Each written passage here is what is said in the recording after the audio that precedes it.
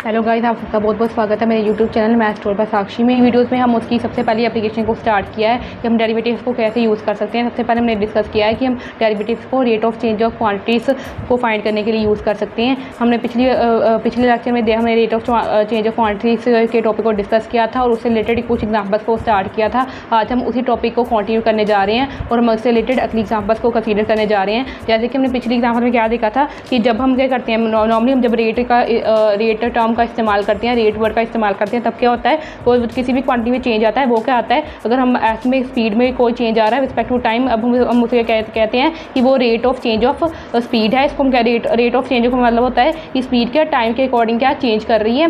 पर इसमें क्या है, हम जब हम एप्लीकेशन ऑफ डेरिवेटिव्स में डिस्कस कर रहे हैं rate of change of quantities, जो हमारा जो टाइम है जरूरी नहीं है, जो हमारा जो क्वांटिटी है वो टाइम के अकॉर्डिंग ही चेंज हो, वो कोई भी क्वांटिटी हो सकती है। जैसे कि अगर हम डेरिवेटिव में की टर्म में देखा, अगर कोई क्वांटिटी y है उसमें क्या उसमें जो चेंज आ रहा है, अगर वो रिस्पेक्ट टू कोई किसी अनदर वेरिएबल x के आए, तब हम उसको क्या कहेंगे, ये rate of change of y है रिस्पेक्ट टू x।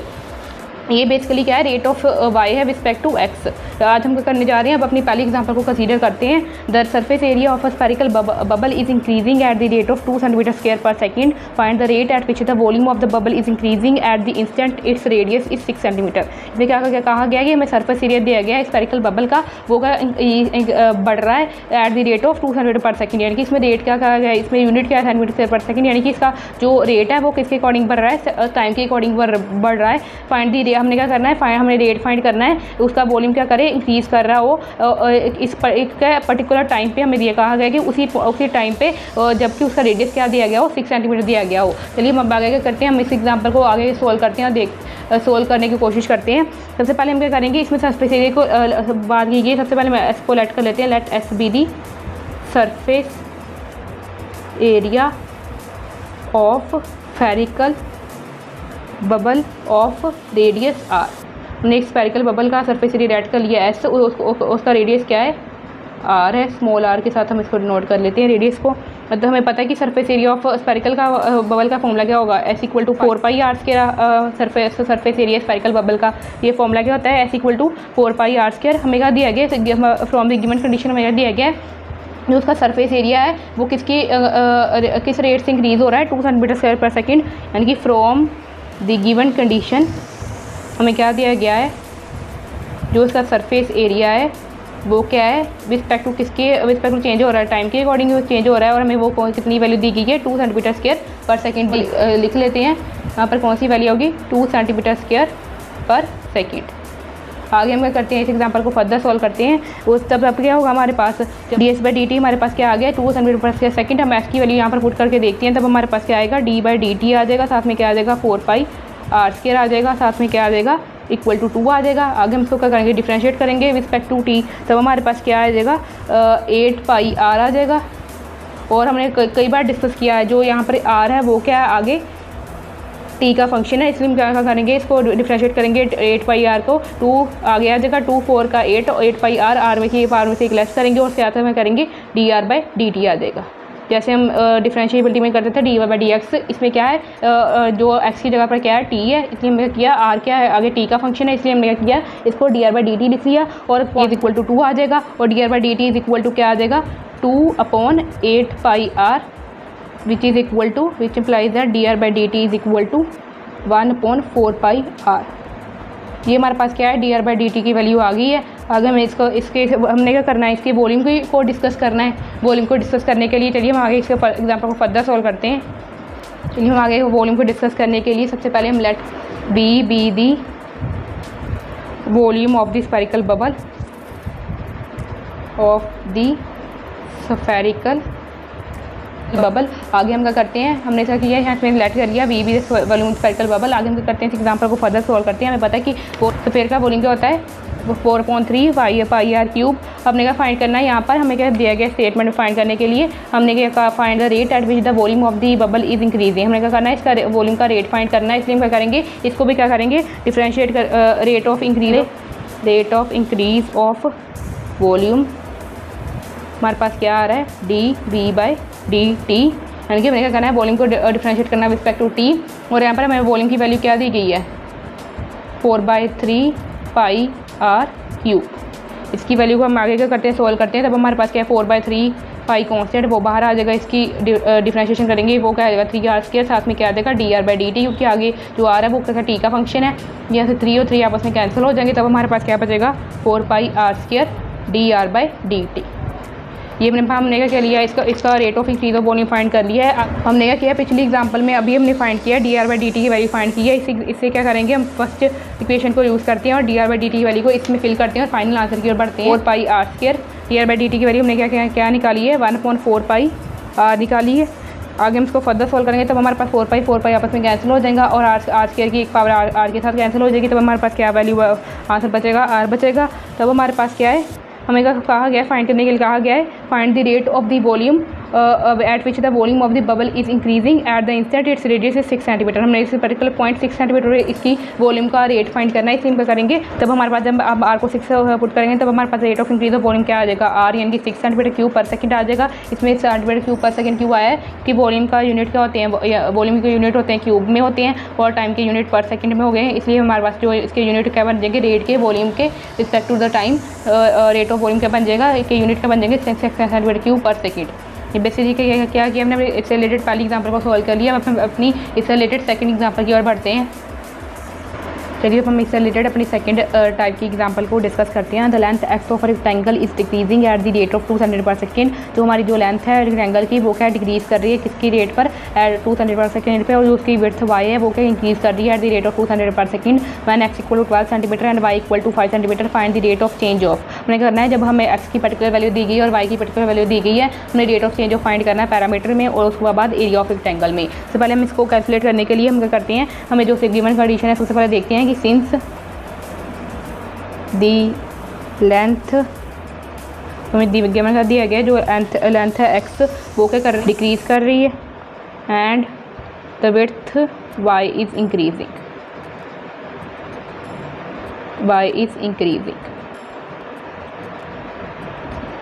इसमें हमें क्या दिया गया है जो लेंथ एक्स है वो क्या डिक्रीज़ कर रही है और जो उसकी विड्थ y है वो क्या कर रही है इंक्रीज़ कर रही है। इसके अकॉर्डिंग हम क्या करेंगे, अपने एग्जांपल को सॉल्व करते हैं। चलिए आगे हम अपने एग्जांपल को सॉल्व करते हैं। तब इसमें हमें क्या दिया गया है जो हमारी जो लेंथ है वो क्या कर रही है डिक्रीज़ कर रही है और जो हमारी विड्थ है वो क्या कर रही है इंक्रीज़ कर रही है। इसलिए मैंने जो लेंथ है डिक्रीज़ कर रही है, इसलिए इसको लिखा है -2 सेंटीमीटर पर सेकंड। जो हमारी जो विड्थ है वो क्या कर रही है इंक्रीज़ कर रही है, इसलिए इसको लिखा है 2 सेंटीमीटर पर सेकंड। आगे हमें करने के लिए कहा गया, हमें इसका रेट ऑफ चेंज फाइंड करने के लिए कहा गया। तो दो चीज़ों का, सबसे पहले उसके पैरामीटर का, रेक्टेंगल के पैरामीटर का, उसके बाद उसके एरिया का। सबसे पहले हम क्या करते हैं एरिया के, सबसे पहले हम उसके पैरामीटर को रेट को फाइंड करते हैं। सबसे पहले हम करेंगे द पैरामीटर P ऑफ, तो हमारे पास पैरामीटर P है of rectangle is given by, पहले हम करते हैं उसके पैरामीटर के रेट को फाइंड करते हैं। तब हमारे पास क्या आएगा, हमें पता है कि जो लेंथ पैरामीटर ऑफ P है रेक्टेंगल का, उसको हम कैसे लिख सकते हैं, 2 इंटू लेंथ प्लस ब्रेथ। इसका फॉर्मूला यही होता है। पैरामीटर ऑफ रेक्टेंगल का फॉर्मूला क्या होता है हमारे पास, रेक्टेंगल का फॉर्मूला हमारे पास क्या होता है 2 इंटू L प्लस P। इसी फॉर्मूले के हमारे पास जो लेंथ है वो क्या दी गई है x दी गई है और जो हमारे पास ब्रेथ है या विड्थ है वो क्या दी गई है y दी गई है। इसके बाद हमें क्या करना है, इसके रेट फाइंड करने के लिए कहा गया है। रेट क्या करेंगे, फिर टू टाइम फाइंड करेंगे, तो हमारे पास क्या आ जाएगा 2dx/dt आ जाएगा, प्लस साथ में क्या आ जाएगा dy/dt आ जाएगा। हमारे पास dx/dt की वैल्यू हमें दी गई है वो क्या है -2 सेंटीमीटर पर सेकंड, और जो हमारे पास dy/dt की वो वैल्यू वो भी दी गई है 2 + 2 सेंटीमीटर पर सेकंड। इसकी वैल्यू क्या आ जाएगी 0 आ जाएगी। जो हमारे पास dp/dt की वैल्यू क्या आ जाएगी, rate of change of parameter आ जाएगा वो क्या आ जाएगा 0 सेंटीमीटर पर सेकंड। ये मैंने क्या किया, फाइंड पैरामीटर का रेट फाइंड कर लिया। आगे हमें कौन सा रेट फाइंड करने के लिए कहा गया है, एरिया का रेट फाइंड करने के लिए कहा गया है। आगे हम क्या करते हैं, एरिया का रेट फाइंड करते हैं। एरिया का रेट को फाइंड करने के लिए सबसे पहले हम क्या करेंगे, द एरिया ऑफ, एरिया सबसे पहले ए मान लेते हैं उसको, किसको, रेक्टेंगल के एरिया को। रेक्टेंगल इज़ गिवन बाय, हमें एरिया ऑफ रेक्टेंगल का फॉर्मूला भी पता है, वो क्या होता है लेंथ इंटू ब्रेथ होता है। हमारे पास लेंथ क्या है, एरिया ऑफ रेक्टेंगल, वो हमारे पास क्या होता है length into breadth, because of जो हमारे पास एरिया है वो क्या दिया गया लेंथ इंटू ब्रेथ। हमारे पास लेंथ क्या दी गई है x, और जो हमारे विड्थ है या ब्रेथ है वो क्या हमारे पास दी गई है y दी गई है। इसमें इसका फॉर्मूला क्या बन गया, x इंटू वाई बन गया। हमने इसका फाइंड करना, रेट फाइंड करना है। dy/dt आ जाएगा, साथ में क्या आ जाएगा dx/dt आ जाएगा, x है फिर साथ में y आ जाएगा, plus y as it is आ जाएगा, और साथ में क्या आ जाएगा dy/dt आ जाएगा, साथ में क्या आ जाएगा x आ जाएगा। बेसिकली मैंने क्या कि इसमें u/v का फॉर्मूला लगाया है। पहले x एज इट इज़ रखा है, dy/dt आ जाएगा, y एज इट इज़ रखा है, फिर dx/dt आ जाएगा। जब हमारे पास क्या करेंगे, यहाँ से x आ जाएगा, dy/dt की वैल्यू हमारे पास क्या कौन सी है, यहाँ से फिल करते हैं। dy/dt की वैल्यू हमारे पास कौन सी गिवन दी गई है, 2 cm/s दी गई है, तो हमने ऊपर भी यूज़ की हुई है। हमारे पास dy/dt की वैल्यू कौन सी दी गई है, 2 cm/s दी गई है। हम इसी वैल्यू को यूज़ करने जा रहे हैं। यहाँ पर हमारे पास dy/dt की वैल्यू क्या आ जाएगी, 2 आ जाएगी, y एज इट इज़ आ जाएगा, dx/dt की वैल्यू हमारे पास क्या दी गई है, -2 दी गई है। ये वाली वैल्यू हमने यहाँ पर फिल की है, तो हमारे पास क्या आ जाएगा, 2x - 2y आ जाएगा। dy/dt वैल्यू हमारे पास क्या आ गई है, 2x - 2y आ गई है। हमें क्या कहा गया जो दिया गया था, व्हेन x = 12 सेंटीमीटर एंड जो हमारे पास जो y है वो 5 सेंटीमीटर है, तब हमारे पास क्या है, rate of change of parameter और एरिया फाइंड करने के लिए कहा गया था। फिर हम क्या करेंगे, इसमें वैल्यू फिल करते हैं, x की 12 और y की वैल्यू क्या आ जाएगी, 5 आ जाएगी। हमारे पास क्या आ जाएगा, 24 - 10, तब हमारे पास फाइनल वैल्यू क्या आ रही है, 14 आ रही है। 14 के साथ क्या आ जाएगा, एरिया का यूनिट क्या होता है, सेंटीमीटर स्क्वायर, और टाइम का क्या होता है, पर सेकेंड।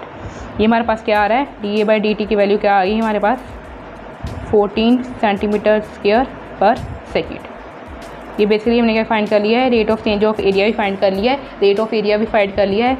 आगे हम इससे रिलेटेड अपने थर्ड डिफरेंट टाइप के एग्जाम्पल को डिस्कस करते हैं। चलिए अब हम अपने अगले एग्जाम्पल को की ओर बढ़ते हैं, क्वेश्चन को डिस्कस करते हैं। Man of 5 metre walks at the uniform speed of 5 km/h away from a lamp post which is 6 metre high. हमें क्या कहा गया है, जो एक आदमी है वो क्या है, उसकी हाइट कितनी दी गई है, 2 मीटर दी गई है। वो क्या है, एक यूनिफॉर्म स्पीड यानी कॉन्स्टेंट स्पीड के साथ वो कितनी स्पीड घंटा की रफ्तार से वो क्या है, लैम्प पोस्ट से दूर जा रहा है। उसकी लैम्प पोस्ट की हाइट कितनी दी गई है, 6 मीटर हाइट दी गई है। हमें क्या फाइंड करने का कहा गया, find the rate at which the length of his shadow increases. हमें उसका रेट फाइंड करना है जबकि उसकी शैडो की जो लेंथ है वो क्या इंक्रीज़ कर रही है। सबसे पहले एग्जाम्पल को सोल्व करने के लिए सबसे पहले क्या करते हैं, हम इस एग्जाम्पल को सोल्व करते हैं। सबसे पहले हम क्या करते हैं, let A B the lamp post. हमें क्या मान लेते हैं, जो हमारे पास ए बी है वो क्या है, लैम्प पोस्ट की एक मान लेते हैं। जो हमारे पास ए है और यहाँ से क्या है बी है, वो क्या एक लैम्प पोस्ट है और उसकी कितनी हाइट दी गई है, 6 मीटर हाइट दी गई है। 6 मीटर मान लेते उसकी हाइट। आगे हमें क्या कहा गया है, जो उसकी थोड़ी सी दूरी पर जो क्या है एक आदमी है, उसकी हाइट कितनी दी गई है, 2 मीटर दी गई है। 2 मीटर उसकी हाइट दी गई है, इसको हम मान लेते हैं पी क्यू। ये हमने क्या मान लिया, ये हमारे पास एक लैम्प पोस्ट है, उसके साथ क्या है उसके साथ जो हमारे पास जो एक आदमी है वो क्या उसकी हाइट दी गई 2 मीटर है। वो क्या यूनिफॉर्म स्पीड की हद से क्या कर रहा है, वो दूर जा रहा है लैम्प पोस्ट से। सबसे पहले हम अपनी फिगर को ड्रॉ कर लेते हैं। हमारे पास इस पॉइंट को मान लेते हैं C. Let A B the lamp post and P Q को क्या मान लेते हैं, बी दी मैन। उसको लेट कर लिया, वो क्या एक आदमी है। आगे हमने सी पी के क्या मान लिया, B is shadow at time, shadow at time T. Basically हमने क्या किया, यहाँ से जो ए बी है वो क्या मान लिया, वो एक लैम्प पोस्ट है और उसके साथ जो पी क्यू है उसको क्या मान लिया, एक पी क्यू की जगह पर क्या एक आदमी खड़ा है और सी पी के मान ली, उसकी शेडो मान ली जो क्या होगी आदमी के जस्ट पीछे होगी, वो क्या इसकी शेडो मान ली हमने C P. A P is equal to X and P C is equal to Y. हमने ए पी को क्या लेट कर लिया, एक्स लेट कर लिया, और पी सी पी को क्या लेट कर लिया, वाई लेट कर लिया। आगे हमें क्या दिया गया है, आसो जो हमें दिया गया है A B is equal to 6 metre and P Q is equal to 2 metre. जो हमारे पास लैम्प पोस्ट की हाइट है और जो क्या है आदमी की हाइट है वो हमें दी गई है। नाउ हमें पता है कि now triangle C A B and triangle C P Q, जो हमारे पास जो सी ए बी ट्रायंगल है वो सी पी क्यू है, वो क्या इक्वी एंगुलर है एंड सिमिलर। इसको करते हैं फर्दर सॉल्व करते हैं, तब देखते हैं हमारे पास क्या, तब हम सिमिलर ट्रायंगल्स की प्रॉपर्टी को यूज़ करने जा रहे हैं। तब हमारे पास पी सी डिवाइड बाई ए सी आ जाएगा, यानी कि जो पी सी बाई ए सी की रेशो वो किसकी इक्वल हो जाएगी, P Q by A B की रेशो की इक्वल हो जाएगी, क्योंकि दोनों सिमिलर हैं, पी क्यू और ए बी एक दूसरे के सामने हैं। और सिर्फ इसमें से क्या है, जो हाइट का ही फ़र्क, थोड़ा सा हाइट का ही फ़र्क है, बाकी तो क्या है ये जो दोनों लाइंस हैं वो क्या सिमिलर लाइंस हैं। आगे जो इसके साथ जो पी सी बाई ए सी है वो भी क्या सिमिलर है।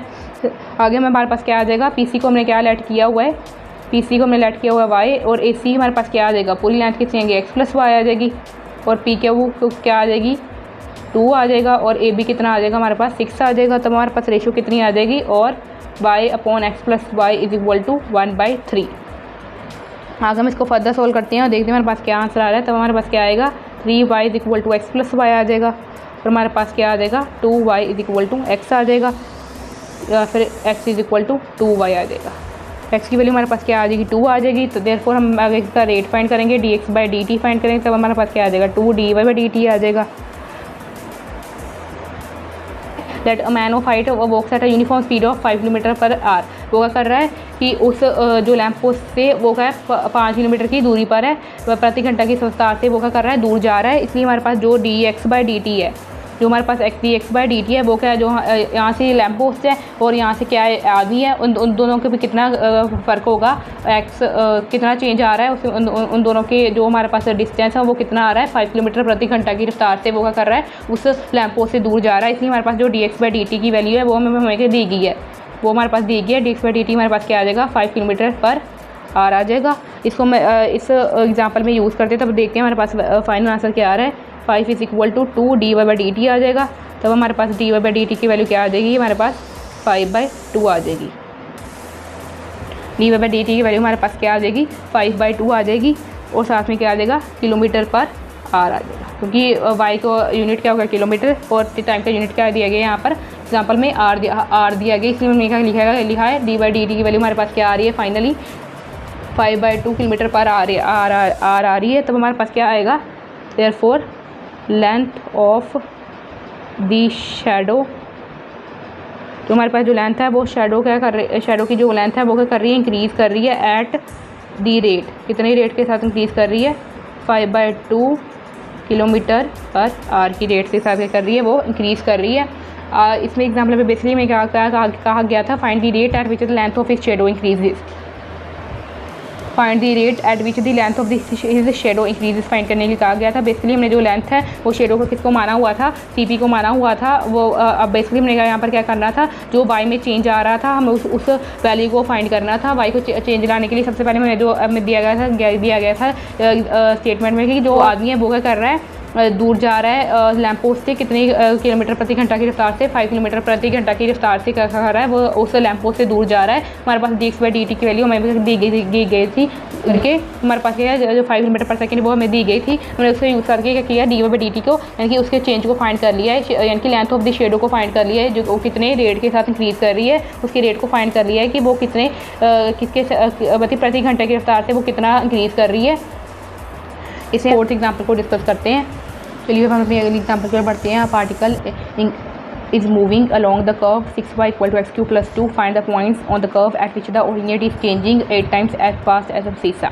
हमें कहा गया जो एक पार्टिकल है वो क्या मूव कर रहा है एक कर्व के लॉन्ग, उस कर्व की इक्वेशन दी गई है, हमें क्या उसके पॉइंट्स को फाइंड करना है उस कर्व पे, जिस पे क्या जो उसका ऑर्डिनेट है, ऑर्डिनेट कौन सा हो गया उसका जो y वेरिएबल है इस चेंजिंग 8 टाइम्स क्या कर रहा है एज फास्ट कर रहा है एज abscissa यानी कि x से क्या कर रहा है वो 8 टाइम्स क्या कर रहा है इंक्रीज़ कर रहा है, जो ऑर्डिनेट है वो क्या कर रहा है 8 टाइम इंक्रीज़ कर रहा है, 8 टाइम्स ज़्यादा जो कर रहा है चेंज हो रहा है eight times as fast as abscissa यानी कि x के 8 टाइम्स के साथ हमने क्या किया हमें गिवन क्या दिया गया जो हमारे पास जो y का जो हमारे पास ऑर्डिनेट है यानी कि जो y एक्सिस y का वेरिएबल है वो क्या कर रहा है 8 टाइम्स ज़्यादा तेज़ी से क्या कर रहा है चेंज हो रहा है, कितनी तेज़ी से चेंज हो रहा है 8 टाइम्स ऑफ दी abscissa यानी कि 8 टाइम्स ऑफ dx/dt से, यानी कि उसके रेट के साथ 8 टाइम्स के रेट के साथ जो है वो y का वेरिएबल क्या हो रहा है चेंज हो रहा है as compared to the x। तब हमारे पास क्या आ जाएगा, तब हम क्या करेंगे इस वैल्यू को यहाँ पर फिल करते हैं, तब हमारे पास देखते हैं वैल्यू, तब हमारे पास देखते हैं हमारा फाइनल आंसर क्या आ रहा है। यहाँ पर क्या आ जाएगा 6 8 dx/dt आ जाएगा और 3x² आ जाएगा, साथ में क्या आ जाएगा dx/dt आ जाएगा, dx/dt आपस में कैंसिल हो जाएंगे, तब हमारे पास क्या बचेगा 48 = 3x² आ जाएगा। तो हमारे पास x² की वैल्यू क्या आ जाएगी 16 आ जाएगी और हमारे पास x की वैल्यू क्या आ जाएगी एक 4 आ जाएगी, दूसरा क्या आ जाएगी -4 आ जाएगी। बेसिकली हमने क्या किया है यहाँ से x की वैल्यू फाइंड कर ली है 4 और -4। तब हमारे पास क्या कहा गया है कि हमने उसके पार्टिकल के पॉइंट फाइंड करने हैं कर्व के ऊपर फाइंड करने के लिए हम x की वैल्यू को यहाँ पर फिल करते हैं। तब देखते हैं हमारे पास फाइनल आंसर क्या आ रहा है। When x = 4 then first becomes, हमारे पास इक्वेशन फर्स्ट क्या बन जाएगी 6y = x³ जब 4 आ जाएगा 54 + 2 आ जाएगा, तब हमारे पास क्या आ जाएगा 6y = 66 आ जाएगा। तो हमारे पास y की वैल्यू क्या आ जाएगी 11 आ जाएगी। और तब हमारे पास व्हेन x = -4 बन जाएगा दैन फर्स्ट बिकम्स, दैन हमारे पास इक्वेशन फर्स्ट क्या बन जाएगी